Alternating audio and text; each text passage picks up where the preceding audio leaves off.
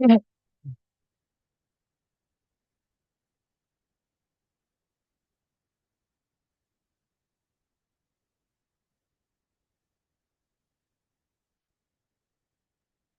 bismillahirrahmanirrahim. Assalamualaikum warahmatullahi wabarakatuh. Alhamdulillah, alhamdulillahilladzi hadana lihada wa ma kunna linahtadiya laula an hadanallah. Asyhadu an la ilaha illallah wahdahu la syarikalah wa asyhadu anna Muhammadan abduhu wa rasuluhu la nabiyya ba'dahu amma ba'd. Baik untuk hadirin sekalian, untuk teman-teman yang menyimak kajian ini, seperti yang kita eh, sampaikan di pertemuan sebelumnya, bahwa insya Allah kita akan mempelajari tentang fikih, ya fikih yang berlandaskan pada madhab dari Imam Ahmad bin Hambal, yang mana di pertemuan sebelumnya telah kita sampaikan juga bahwa dengan kita mengikuti metode madhab dalam mempelajari ilmu fikih ini sudah terbukti lebih berhasil, ya, lebih terstruktur, lebih mudah untuk memahami materi-materi fikih yang disampaikan daripada kita mempelajari fikih melalui metode-metode yang lainnya. Karena dengan mengikuti satu pendapat, satu orang ulama, seorang yang alim, yang kita akui, yang kita percayai keilmuan dan ketakwaannya, maka hal ini akan memudahkan kita untuk menyusun pemahaman akan materi atau bab-bab fikih yang lainnya. Nah, di sini kita di hadapan kita ada sebuah kitab yang disusun oleh seorang ulama yang bermadhab eh, Hambali, ya, yang mana ulama ini bernama Ibnu Bilban, ya, rahimahullahu taala. Beliau menulis, ya, sebuah kitab yang berjudul Akhsar Al-Mukhtasarat fil Fiqhi ala Madhhabil Imami Ahmad ibn Hambal. Yaitu kalau diartikan ringkasan yang paling ringkas dalam fikih berdasar madhab Imam Ahmad bin Hambal. Di sini saya akan bacakan secara langsung mukadimah atau pengantar dari penulis, yang mana setelah beliau eh, membuka khutbahnya, di sini beliau mengatakan Alhamdulillahil faqihu man syaa min khalqihi fid dini wassalatu wassalamu ala nabiyyina Muhammad al-amin al-muayyad bi kitabihi al-mubini al-mutamassik bi hablihil matin wa ala alihi wa sahbihi ajma'in. Segala puji bagi Allah yang menjadikan hamba-hamba yang Dia kehendaki faqih, paham dalam urusan agama. Demikian semoga salawat dan salam tercurah kepada Nabi Muhammad sallallahu alaihi wasallam dan para sahabatnya, para keluarganya dan para pengikutnya semua. Yang mana kemudian di sini beliau menyebut, ya, bahwa asal dari penulisan kitab Akhsar Al-Mukhtasarat diawali dari kitab yang beliau tulis yang berjudul Kitabi Al-Musamma bi Kafi Al-Mubtadi, yaitu kitab yang beliau susun yang bernama Kafil Mubtadi. Yang mana Kafi Al-Mubtadi ini adalah kumpulan pelajaran-pelajaran fikih yang berlandaskan pemahaman atau pendapat dari Imam Ahmad bin Hambal. Namun kemudian beliau berusaha untuk meringkas dan memudahkan penjelasan dalam kitab tersebut supaya gampang dipahami, dipelajari, juga dihafalkan materi-materinya, sehingga beliau menyusun sebuah kitab yang lain berdasar kitab Kafil Muqtadi itu, yaitu kitab yang kita akan bahas sekarang ini, yang bernama Akhsar Al-Mukhtasarat. Sesuai dengan namanya, ringkasan yang paling ringkas. Artinya memang di zaman beliau tidak ada kitab yang paling ringkas dari yang beliau ringkas ini di masa beliau, terutama yang berlandaskan atau bermadhab Imam Ahmad bin Hambal. Nah, langsung saja kita mulai penjelasan dari penulis di sini. Yang pertama dibahas adalah Sebagaimana kitab-kitab fikih pada umumnya, di sini beliau mengawali pembahasan fikih ibadah. Yang mana fikih ibadah itu diawali dengan fikih toharoh. Namun sebelumnya perlu kita sampaikan untuk teman-teman bahwa apa yang akan kita pelajari nanti, insya Allah akan membahas materi-materi pilihan dari bab-bab fikih yang akan kita sampaikan. Jadi tidak semuanya, ya, sifatnya hanya pilihan saja. Misal di sini saya akan memilih ya materi-materi fikih tertentu saja.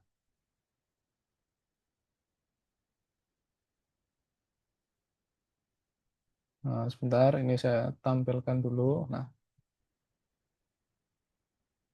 jadi materi fikih itu ada dua, bisa dibagi menjadi dua secara umum ya.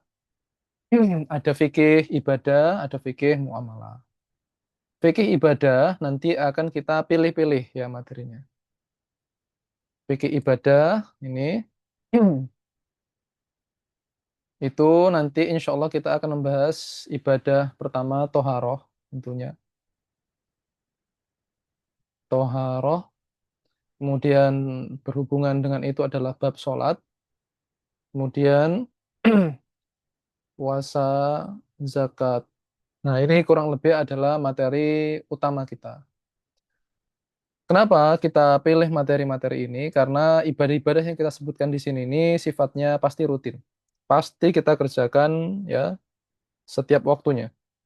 Bertoharoh, bersuci, pasti sholat, setiap hari kita sholat. Demikian juga puasa, zakat. Tiap tahun kita rutin mengerjakan puasa, Ramadan, zakat, ya ada zakat fitrah dan yang lain sebagainya. Demikian juga ibadah-ibadah yang mungkin akan rutin kita kerjakan. Em, Seperti apa berkurban ya. Tapi intinya adalah tidak semua materi ibadah kita sampaikan seperti misal haji atau umroh. Itu tidak akan kita pelajari karena tidak semua orang mengamalkan ibadah tersebut. Bahkan setiap tahun pun jarang kita temui orang yang bisa melaksanakan ibadah seperti ini. Kemudian bagian yang kedua adalah fikih muamalah. Fikih muamalah ini jika ibadah itu berkaitan, amalan yang berkaitan antara diri kita dengan Allah Subhanahu wa taala, maka fikih muamalah itu adalah amalan yang berkaitan dengan sesama dan hubungan kita dengan orang lain. Apa yang akan kita bahas? Wallahu a'lam ya.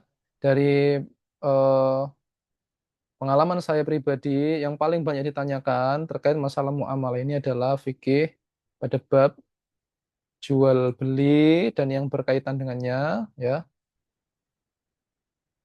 Seperti meminjam barang, jual beli, eh, syirkah dan yang lain sebagainya. Kemudian fikih pernikahan. Ini juga banyak ditanyakan.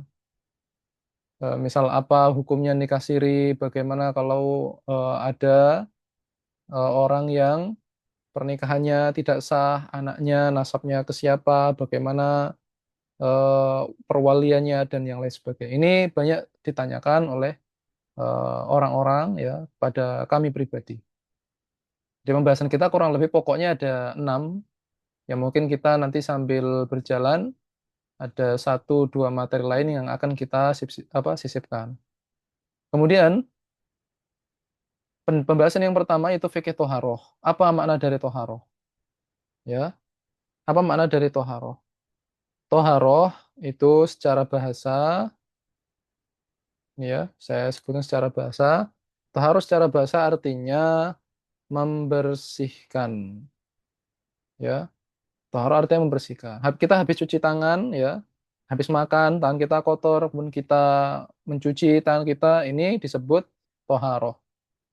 Tohar tuh yedi, saya membersihkan tangan saya. Ya, toharoh itu membersihkan.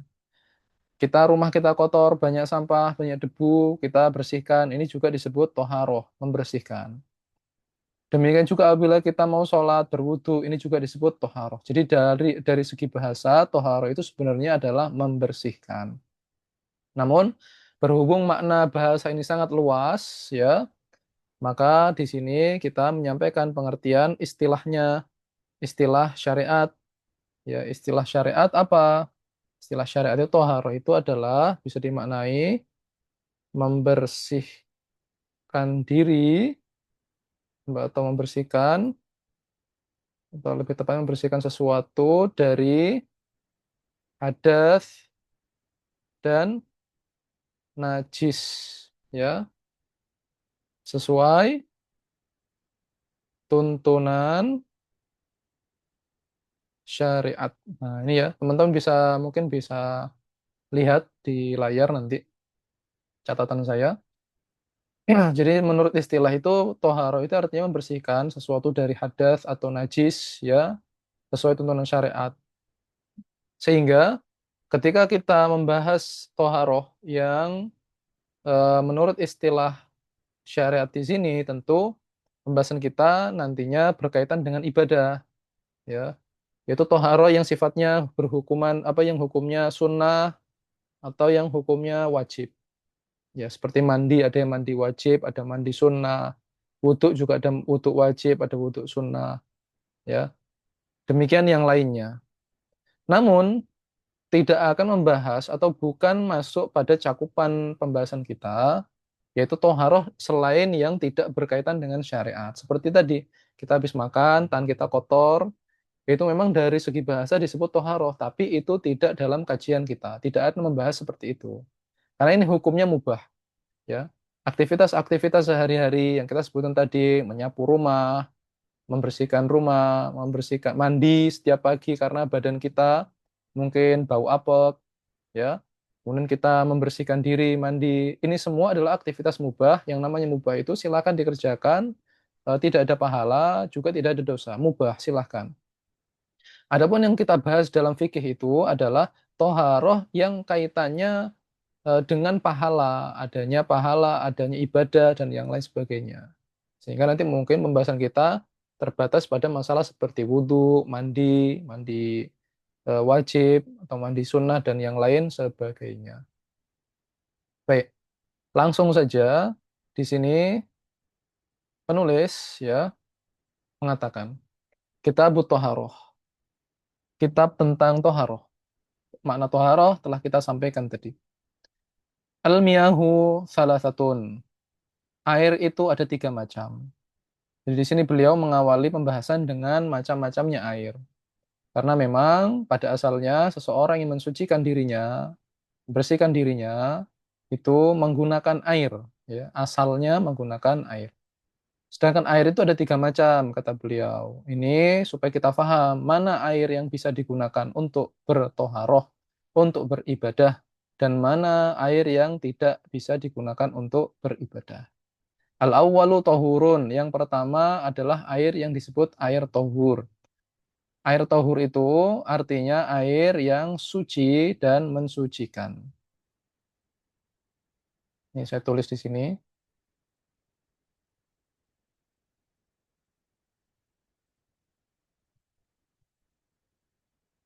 Sebentar.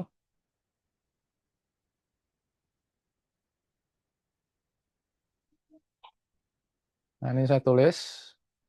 Nah, jadi air yang tohur itu adalah air yang suci dan mensucikan. Karena sifatnya air itu suci, bersih, ya, airnya bersih. Dan dia juga bisa apa dijadikan untuk bersuci, ya, mensucikan yang lain, mensucikan tubuh kita, mensucikan badan kita, mensucikan tempat-tempat yang terkena najis. Nah, bagaimana sifat dari air tohur itu? Kata beliau di sini, tohurun wahwal baqi ala khilqatihi. Air tohur itu adalah air yang sesuai, ya, masih sesuai sifat asal penciptaannya. Maksudnya sifat asal itu adalah sifat pada aromanya, rasanya, maupun warnanya. Jadi semua sifat-sifatnya itu masih seperti asal ciptaannya. Ya, contohnya apa? Contohnya air tohur adalah air hujan. Kita bisa mengenali sifat asal air hujan itu seperti apa. Dari rasa dia tawar, mungkin warnanya dia bening, ya. Kemudian aromanya ya seperti aroma air pada umumnya. Yang mirip seperti air hujan, ya air sumur, dan yang lain sebagainya. Termasuk air laut. Ya, air laut, sifat asalnya asin, misal. Rasanya asin. Ya memang seperti itu. Nah, tapi itu rasa asinnya memang dari apa? Dari sumbernya, dari sananya sudah asin seperti itu. Sehingga sifatnya adalah tohur. Apa yang semisal dengan air laut, yang mana rasanya mungkin tidak asin. Seperti misal di sebagian daerah ada mata air kayak belerang. Misal di tempat kita, di daerah Banyuwangi, ada sumber mata air belerang, yang mana airnya itu selain hangat, dia dari aromanya juga ada aroma-aroma belerangnya. Nah, ini bagaimana? Apakah itu tohur? Jawabannya jelas itu tohur. Kenapa? Karena memang sifatnya memang seperti itu sejak asalnya, sejak asal penciptaannya seperti itu.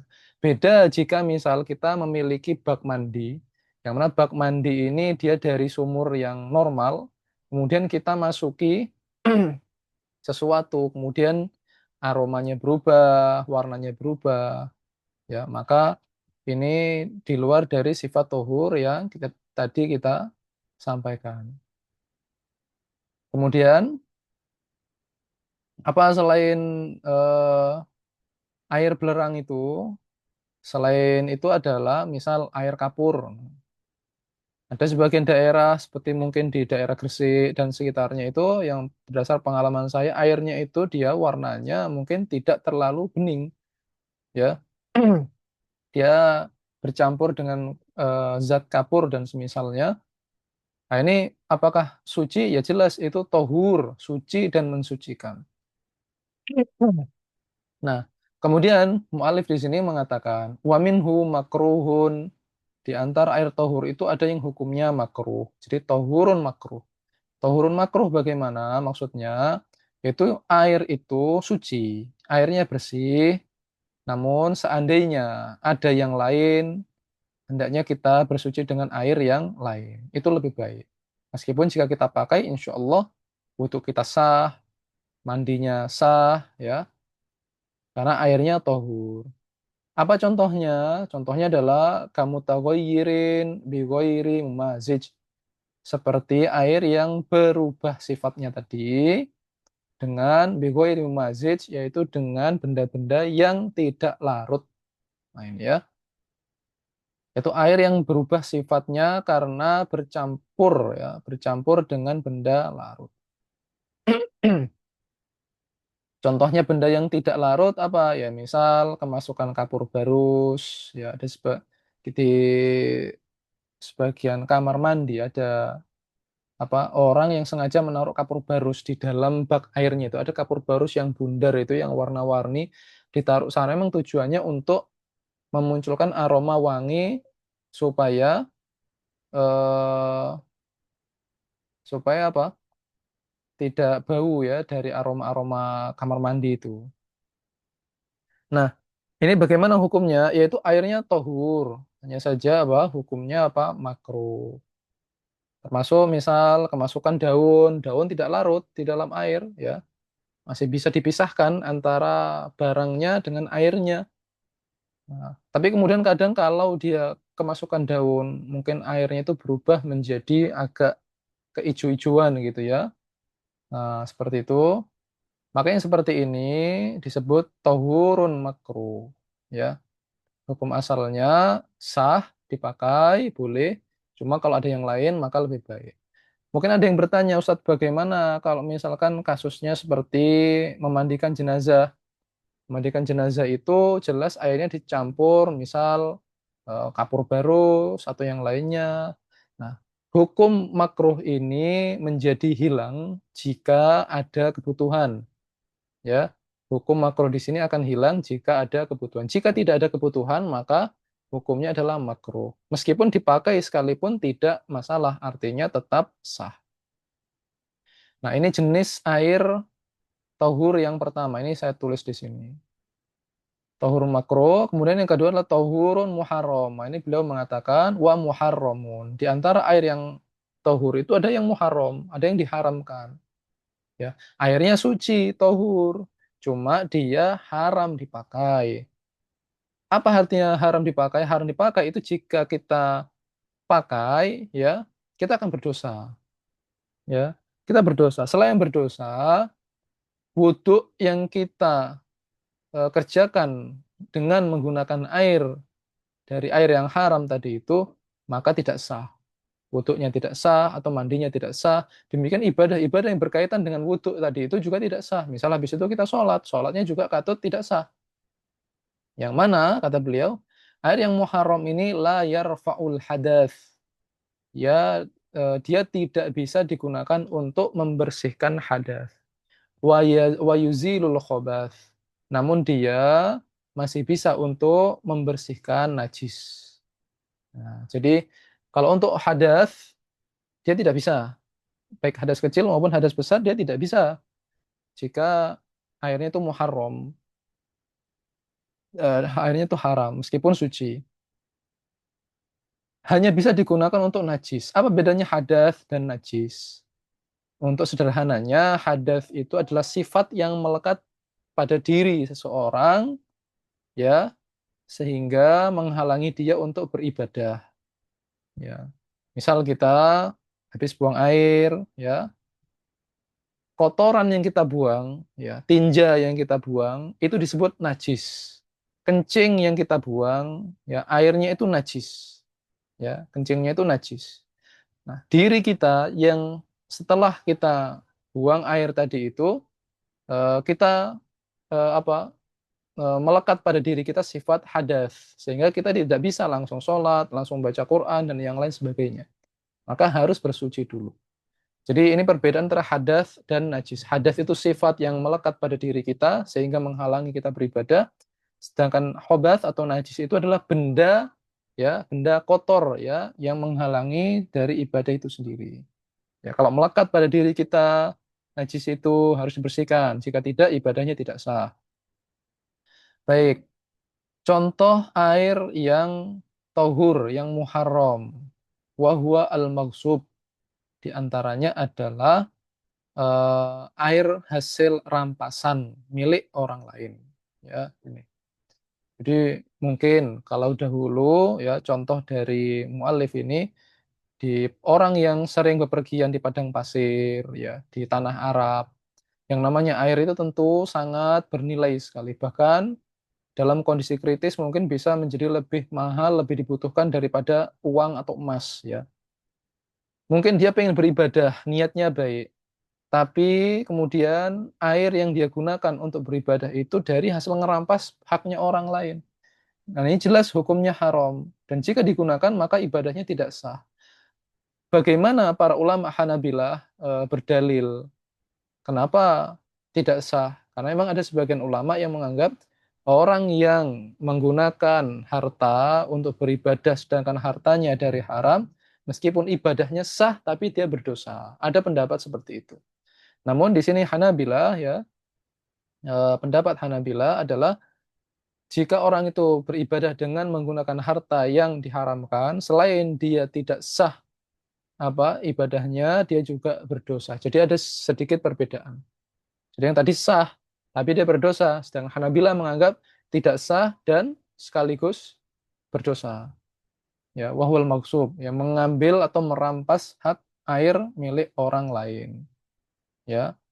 Kemudian yang kedua, contoh yang kedua adalah wabi'ru an-naqah ghairi an-naqah min samud, ya. Air yang muncul dari sumurnya kaum Samud selain yang didatangi untanya Nabi Soleh. Maksudnya itu apa? Maksudnya itu adalah di tanah Arab itu ada daerah, ya, perkampungan kaum Samud, ya.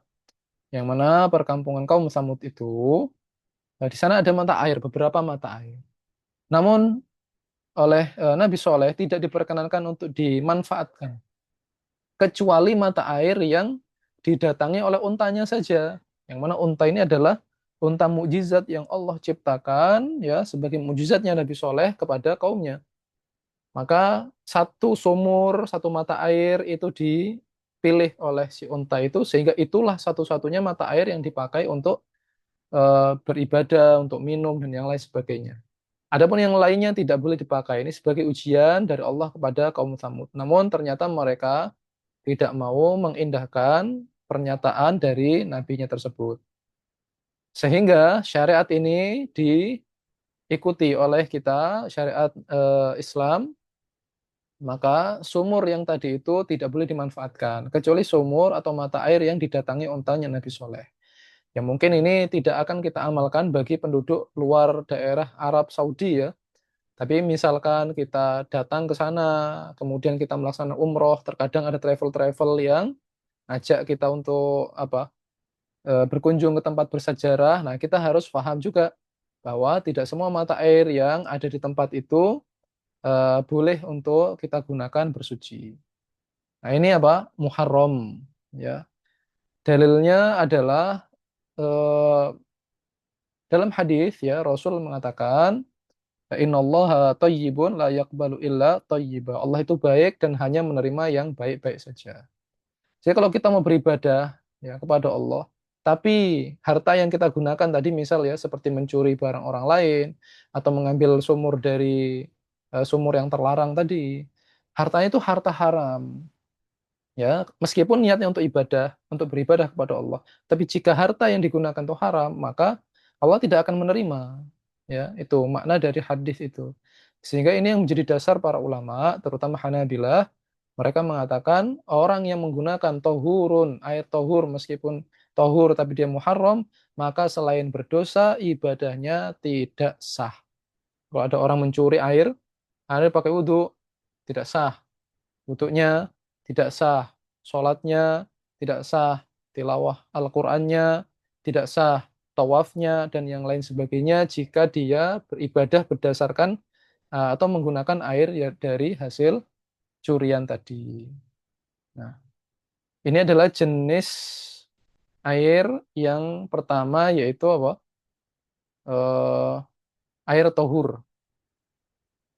Air tohur, seperti kita sebut tadi itu ada tiga, ada tohurun makruh, tohurun muharram, dan sisanya tohurun mubah.